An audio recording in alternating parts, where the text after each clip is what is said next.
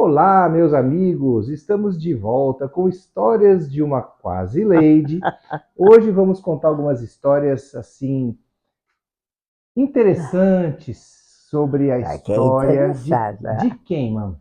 Do meu pai, por exemplo, Ótimo, vamos falar do meu avô, o teu pai.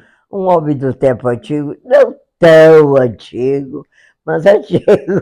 Como não tão antigo? Tu nasceu em 1931. É, ele já era uma pessoa de idade, né? Já era um senhor, né? É, Então, assim, o vovô era português, certo? não, Não? Conta era então. brasileiro, Brasileiro. filho de pai português, que veio criança para o Brasil e mãe brasileira, E pura, aí, ótimo. E ele casou com a vovó, que era de uma origem alemã. alemã. Filha de alemães que vieram crianças também para o Brasil, nunca mais voltaram à Alemanha.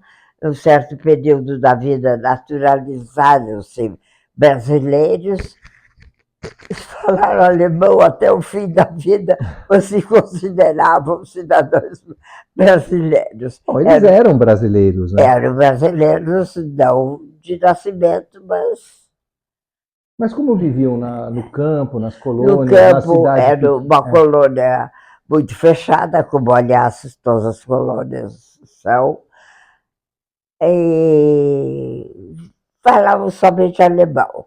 Quando mamãe, com cerca de 15 anos, veio para a cidade de Pelotas, engraçado, de vários irmãos e irmãs, ela foi a única que veio para a cidade grande naquele tempo e foi morar com uma família amiga de alemães para aprender o que era a vida numa cidade. E foi aí que papai a conheceu. Eu não sei exatamente as circunstâncias, mas finalmente estiveram juntos, supostamente casaram, tiveram vários filhos. Eu sou a sétima. Por que supostamente casaram? Eles não casaram? Bom, eu não vi. Lógico que tu não viu, tu veio depois, mas enfim.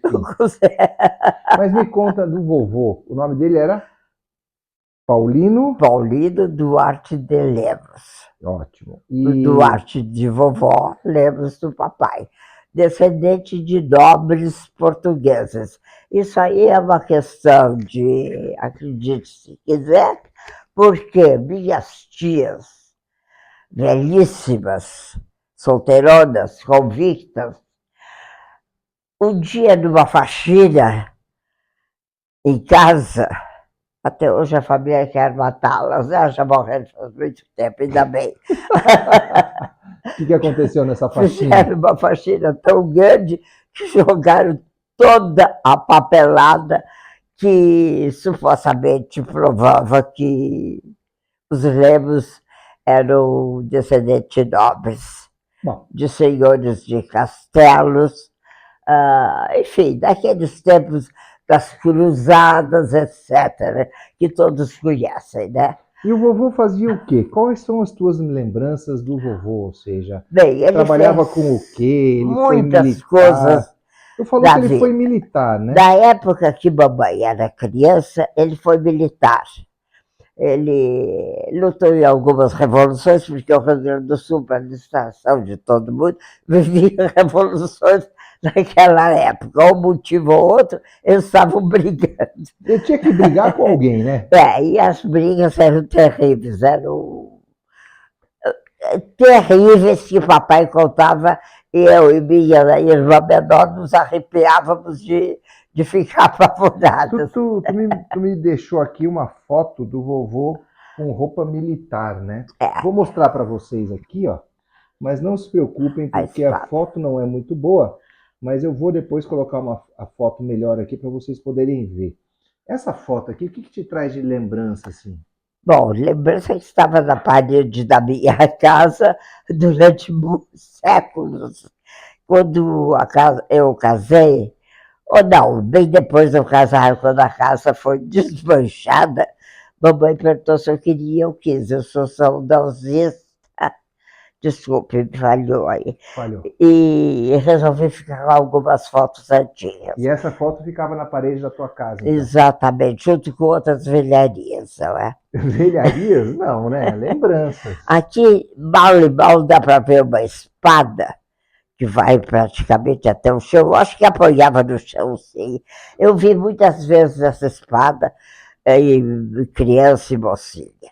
Finalmente ela ainda existe, está, ou estava, primeiro com meu irmão mais velho, Francisco, depois com o filho dele, e depois com o neto dele. Formou-se na escola de cadetes e, pelo que eu sei a história que me contaram, que ele, esse aluno da escola de cadetes, meu, seria o que é meu sobrinho, filho do sobrinho, complicadíssimo. Sobrinho neto, acho que é, o né? bisneto, sei lá. Bom, quando formou-se na escola de cadetes, pediu permissão ao superior, em vez de receber o tradicional espadachim, se ele podia formar-se com a espada do avô. Do bisavô.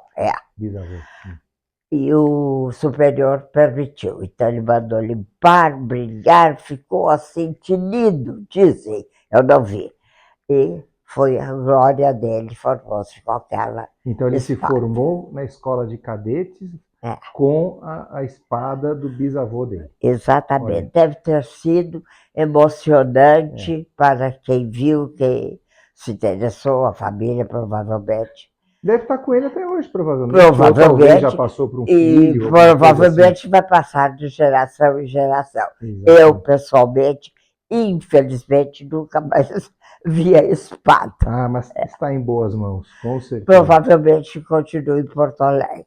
Tá. E o vovô trabalhou, ele foi militar, tu sabe que ele lutou algumas revoluções, guerras, brigas, ele contava coisas incríveis das revoluções. O que é que tu lembra? Brigavam como homens, não assim, apertando botões, como atualmente se matavam, se enfiavam baionetas na barriga.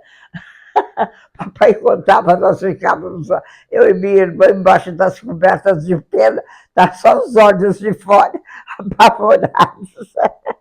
E é faca para cá, baioneta para lá, e o vovô contando com muito entusiasmo, imagino. Papai, quando contava, gesticulava, e era realmente um artista, ele se empolgava e vivia aquelas revoluções. Só faltava ter um inimigo ali.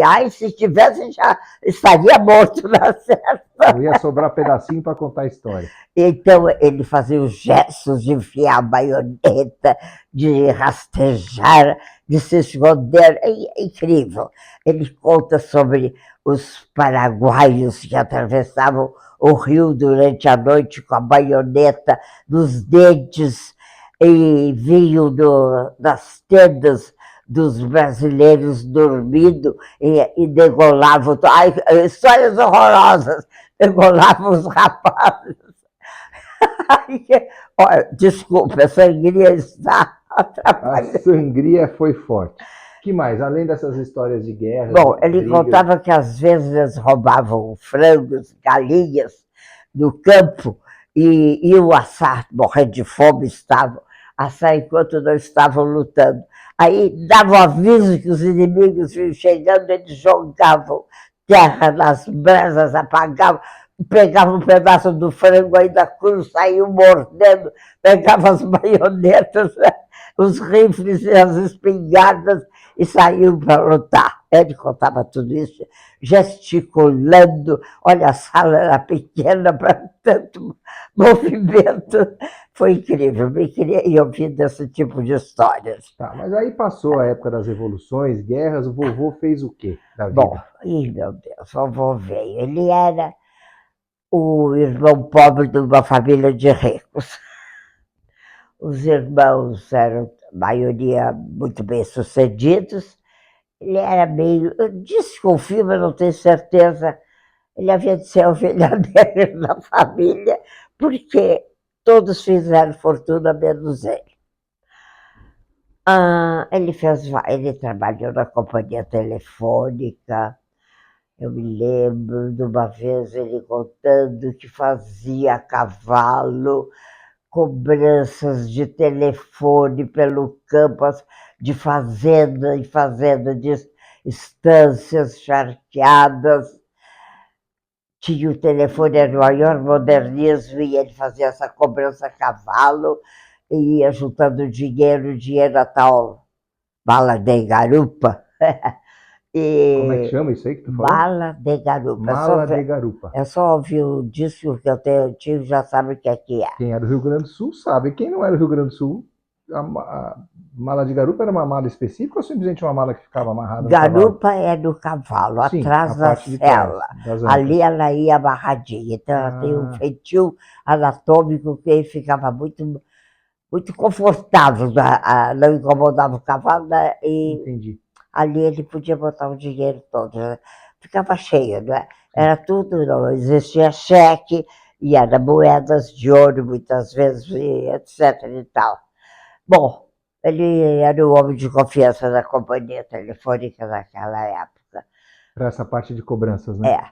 Ele de noite tinha que ficar em lugares que não dá nem para descrever como hotel, nem muito menos pensões, alojamentos, sei lá como se chamava. Hospedarias. Hospedarias, ótima palavra, onde eles comiam, geralmente muito bem, e iam dormir. Claro, não tinha banheiros confortáveis, nem tomavam banho, mas às vezes nem as botas tiravam, que era para não serem roubados. E também para facilitar de manhã. Muito bem, saíam de manhã cedo, novamente a cavalo. Enquanto isso, os cavalos eram levados para os estábulos, enfermarias, tratados, cuidados, alimentados, descansarem. E de manhã cedinho, bem madrugada, mal no sol nascendo, eles tomavam seu café da manhã, o mais rústico possível, e saiu novamente no campo até finalmente chegar na cidade e prestarem contas de tudo que tinha cobrado. E faziam isso, não importava o tempo, né? Calor, frio, chuva. Chuva. Para isso eles tinham o poncho, o famoso poncho, que cobria não só o lombo do cavalo, mas eles completamente, feito de grossíssimo, pesadíssimo. Vocês já devem ter ouvido falar disso. Enfim. O poncho era uma coisa, só tinha um buraco para a cabeça, praticamente, né? E tinha assim os lugares para sair, os cortes ao lado para sair os braços para pegar as rédeas, não é? E cobria assim até abaixo dos joelhos, quase até as botas. E era feito do que isso? Couro? De um tecido grossíssimo, rústico, pesadíssimo. Não era nada assim bonito, mas era tremendamente forte, resistia à chuva e principalmente ao frio. Né? E cobria até a parte de trás, onde tinha mala de dinheiro, provavelmente também. Exatamente, né? A mala de garupa era coberta também pelo poncho. Muito bem. Numa dessas aventuras, se é que vocês ainda estão interessados, não fecharam o jornal, aliás, não é jornal, desculpe, eu ainda sou meio antiga. Não é... Tu ainda é um pouco antiga, eu gostei dessa parte, mas vamos lá. Muito bem. Ele, numa dessas hospedarias rústicas de noite, chegou e bate-papo, sentavam todos juntos, não tinha esse luxo de mesa isso, mesa aquilo. Um sentou com ele e ficou assim, meio fazendo perguntas. Papai era esperto, não era bobo, desconfiou. O homem fez muitas perguntas e tal. E que horas você sai? Tu sai. Que horas tu sai? Eu saio da manhã bem cedinho, vou para Pelota, muito bem. Então, podemos cavalgar juntos, a gente vai acompanhando, a viagem fica mais agradável, um acompanhando o outro, menos perigosa, porque, fora tudo isso, eles eram sujeitos a assaltos. Por isso eles tinham que estar armados, todo mundo sabia que aquele homem é o cobrador da companhia telefônica, ele leva muito dinheiro, bom de ser assaltado. Por isso o papai sempre tinha revólveres, a baioneta, a famosa faca, e tinha que defender o dinheiro que estava entregue em confiança a ele, não é? Muito bem. Aí, esse homem fez muitas perguntas e papai, então, desconversou, disse que ia dormir. O homem foi também, cada um para o seu quarto, dormiu muito bem. Papai, o que é que fez? Não deitou. Esperou, viu que o homem tinha entrado, ia dormir, saiu rápido, pegou o cavalo, se preparou e seguiu o viagem, porque viu claramente que aquele era o futuro assaltante que estava preparando o terreno. Graças a Deus, nunca aconteceu nada de pior, ele sempre entregou o dinheiro da cobrança, sempre foi um funcionário exemplar. Muito bem, essa foi uma fase da vida de meu pai. E outra fase? Que outra fase tu lembra? Ele é muito, meu Deus, assim. Porque ele não fez isso a vida inteira, né? Não, foi um período. Sim. Com certeza a mamãe começou a ter filhos e ele começou a ter que ficar na cidade para protegê-la, não é? Me lembro que teve uma revolução no Rio Grande do Sul, Zeca Neto. Pesquise, é uma coisa incrível que mamãe contava e papai contava. Zeca Neto brigava com não sei lá quem, entrou cavalgando com seus homens, a sua tropa, cidade adentro, tiroteio, todo mundo fechando porta, janela, povo correndo para dentro, e mamãe fechando tudo. A porta da nossa casa era de uma grossura, tinha uma tranca de ferro, parecia um medieval. Essa revolução, meu irmão Francisco, que era um rapazinho, ficou enlouquecido, queria ver tudo. Mamãe enlouquecida, botando os filhos tudo, que nem uma galinha embaixo das asas. Eu de casa morrendo de medo do Zeca Neto invadir com seus homens. E o papai estava na rua, não sabia onde. O Francisco meu, queria ir. Mamãe não houve jeito de segurar, ele fugiu. Fugiu, mamãe ficou entregue a Deus. Ele foi para centro da cidade, frente à prefeitura, onde eles tomaram conta da prefeitura, depuseram o prefeito, tomaram conta, arriaram a bandeira e tinha... Olha, as histórias eram incríveis. Isso era um tempo para se viver. E aí, mas o vovô se envolveu nisso, não? Como é que foi? Papai estava por lá, claro, não sei exatamente fazendo o quê, de que lado ele estava. Você estava defendendo a prefeitura ou atacando a prefeitura? O papai era sempre do lado correto do governo, se é que o governo era correto, sei lá, mas enfim, sempre do lado à direita, o papai, nunca do lado dos revolucionários.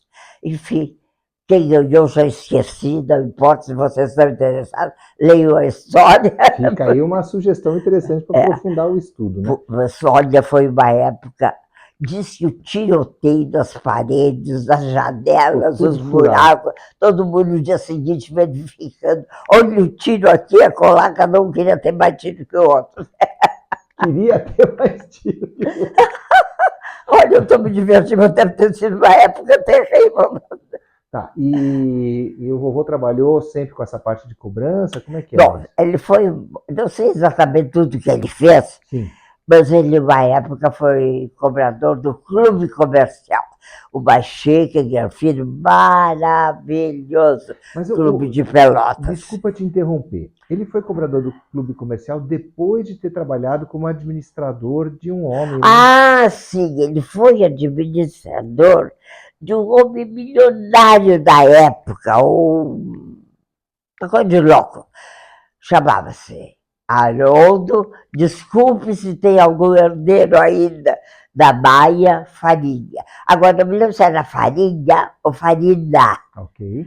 Bom, esse nome nunca me saiu da memória, eu tenho quase 100 anos e me lembro desse nome ser pronunciado 1 milhão de vezes na minha vida, na minha infância. Esse homem era muito rico e o vovô era o administrador das propriedades dele. Esse homem tinha tido muitos administradores, todos ficavam riquíssimos. de tanto roubá-lo. Ele era um ignorante, pelo que me parece, e não sabia a fortuna que tinha, e nem sabia administrá-la, muito menos. Então roubavam dele vergonhosamente. Mas não devia ser tão ignorante assim, porque o homem fez fortuna, né? Bom, sabe lá de herança, sabe lá como, não sei, o passado desse, ele eu não poderia sei. ser, assim, no termo ignorante da palavra, aquele que não conhece, né? Não era burro. Não era burro, claro, burro. Vamos deixar ignorante desses assuntos administrativos. de cuidar do que era seu, de ficar de olho em cima de tanto que foi roubado, não é? Bom, lá pelas tantas, não sei, papai está desempregado, não tenho ideia. Papai foi administrador deste homem. Vamos dizer, ela está falando isso porque é filha dele, né? Mas reza as tradições, as histórias que eu me criei ouvindo, que foi o único administrador honesto que esse homem teve. E não ficou rico. Papai nunca foi rico. Eu acho que vale a pena a gente fazer um parênteses aqui nessa história e correr um pouquinho, só rapidinho nesse trecho, depois a gente volta a falar do tempo que o vovô trabalhou para esse senhor. Quando tu foi trabalhar e o vovô já era falecido, interessante. Né? Comenta isso. Mano, me lembra aquela história, acho que é interessante dar uma parada aqui para lembrar sobre a reputação do vovô na cidade, quando ele faleceu e tu foi trabalhar. O que foi que tu ouviu de uma pessoa? Exato, eu estava assinando meu nome no recibo Lemos e um senhor, pelo tipo, poderia ser o dono da firma, não era um operário. Me disse, a senhorita, com toda a educação, senhorita me tratou. Eu era quase uma menina, eu tinha 17 anos. A senhorita, por que precisa trabalhar se seu pai... Não, seu pai era Paulino Lemos, eu digo sim. Por que a senhorita precisa trabalhar se seu pai era milionário? Eu digo, meu pai nunca foi rico. Como não se ele trabalhava para Haroldo da Baia Farinha? Eu digo, meu pai não era rico, era honesto. Olha que frase marcante, hein? Nossa. O homem virou as costas, saiu com o rabo no meio das pernas. É, uma frase marcante. Eu não sei como é que uma garota boba como eu era, tu não era boba, tu sabia muito bem o que estava falando, né? Mas, enfim, teve essa iluminação de dar tamanha resposta. Me veio as lágrimas nos olhos e eu saí dali doente. Claro. Porque a fama era uma coisa e a realidade era bem outra. Bom, então o vovô trabalhou para esse senhor até muito tempo. Como é que foi essa relação? Bom, não foi por muito tempo. Tá. Pelo gênio péssimo que o papai tinha, ele era colérico. Explosivo, colérico. Qualquer coisa deve ter havido, que eu não sei os detalhes. Ele parou de trabalhar para esse homem. E pelo... assim, vamos dizer assim, coisinhas pegas aqui e ali, que eu ia pegando de conversa dos mais velhos, não saiu muito de bem, eu acho. Porque quando todos os bens desse homem foram a leilão da cidade, nossa casa estava no lote. Mas na época não era a casa de vocês, né? Era a casa dele. Era no casa lote do Haroldo. das casas para leilão. Ah, tá. Mamãe queria uma casa própria, papai queria esta casa, que era ótima, para a filharada toda, era o tamanho bom, tinha quintal nos fundos, que era a glória de todo mundo, ter um bom quintal, tudo isso, não é? Então papai cobiçava essa casa e Haroldo disse, não vendo para funcionário meu, bandido. Não, bandido é direito dele, ué. Mas porque só que ele não ia poder resolver muita coisa, porque é leilão, né? Se achava humilhado de ter que vender uma casa para funcionário, receber dinheiro de quem ele considerava o assalariado, o inferior a ele, né? Então, o que papai fez? conversou com um bom amigo bem de vida que fizesse os lances no leilão e esse homem comprou, fez o lance e comprou nossa casa e na hora da escritura papai apareceu. Então o vovô comprou essa casa por meio de um intermediário, é isso? Um amigo Exato. E aí como é que aconteceu isso? O vovô foi lá e pagou, deu lance ou foi... O vovô pagou, meu papai pagou. Sim, e qual foi a reação do homem? Ele ficou deprimido, humilhado. Sim. Ao extremo. Mas não tinha outro jeito. Não tinha outro jeito. O negócio estava feito, foi na hora da escritura. Então aí o vovô trabalhou para esse homem faliu, ou seja, o vovô perdeu o emprego, claro, porque não tinha mais... já tinha perdido. Já tinha perdido o emprego, o homem estava quebrado, conseguiu comprar a casa que foi de vocês, depois nós vamos falar um pouco sobre essa casa também. Agora o vovô foi trabalhar com outra pessoa, então, outra coisa. Sobre a sequência dos trabalhos que o papai teve, eu não sei. Bom, o Haroldo faliu, o vovô já não trabalhava mais para ele, conseguiu comprar a casa, enfim. Tudo passado. Aí ele foi trabalhar onde? Como é que foi isso? A sequência eu sei. Uma época ele foi cobrador do clube comercial. É clube comercial ou era associação comercial? Muito depois, não mistura. Na época era clube comercial. O clube comercial era um clube de diversões. Tinha de tudo, maravilhoso. Bailes maravilhosos, tipo assim, Paris. Então o vovô, numa sequência de trabalho aí, que eu não lembro exatamente, mas num determinado momento ele foi trabalhar como cobrador do clube... Clube comercial, um clube muito bonito, melhor, maravilhoso de Pelotas. Muito bem. Coisa fina. Coisa super fina. Ele tinha um serviço de confiança, como a fama, até poucos anos atrás, há muitos anos, do homem mais honesto da cidade. Muito bem. Um dia, o diretor do clube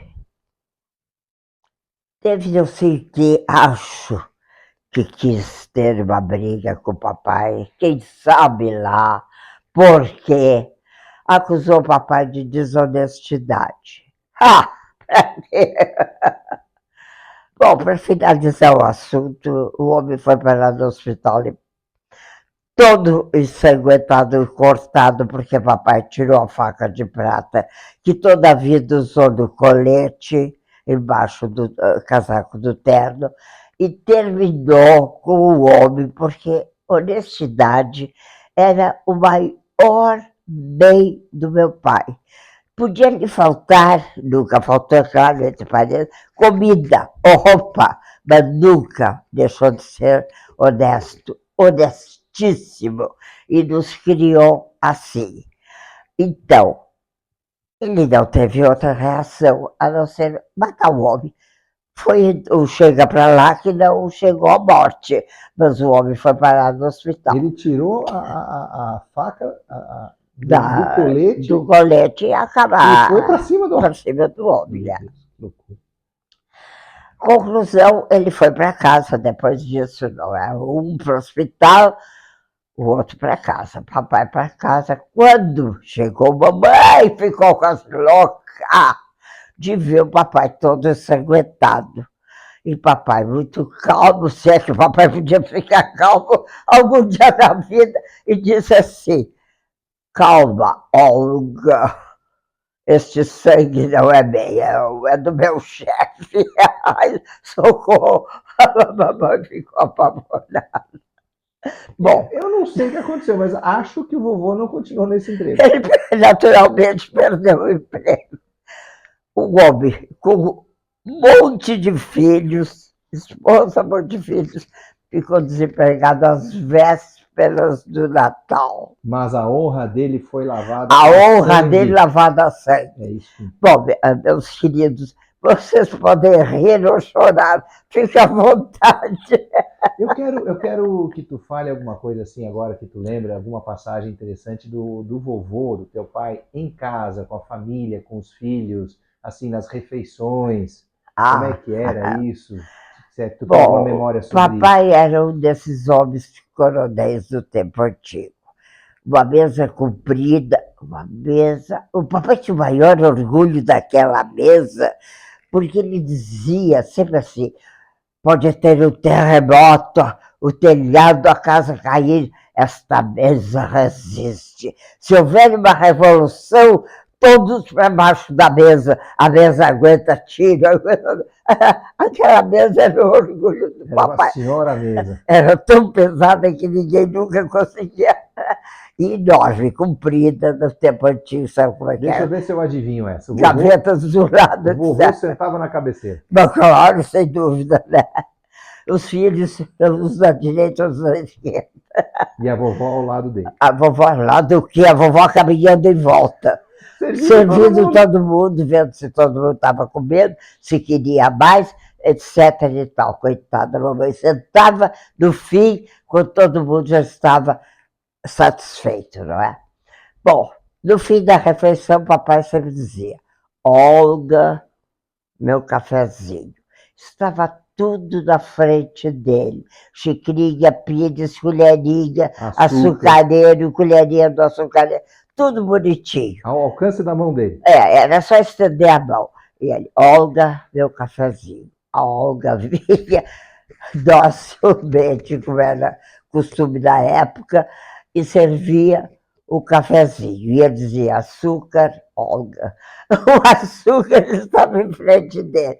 E a mamãe botava uma colher, mais uma, Olga. A mamãe botava outra colherinha. Isso era o costume, era sempre assim, Era todos assim, os dias. E esse dia foi o fim da picada. O que aconteceu? Olga, mais uma colherinha. E a mamãe largava. Olga, mais uma colher. A mamãe, uma alemã, orgulhosa, com certeza nesse dia de chega de escravatura,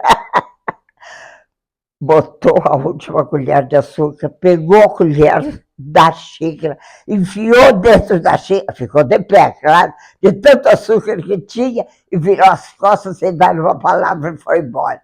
Nós, em volta da mesa, é agora que o mundo vai cair. Papai não deu uma palavra. Tirou a colherinha de dentro, tomou o café, que deveria estar horrível.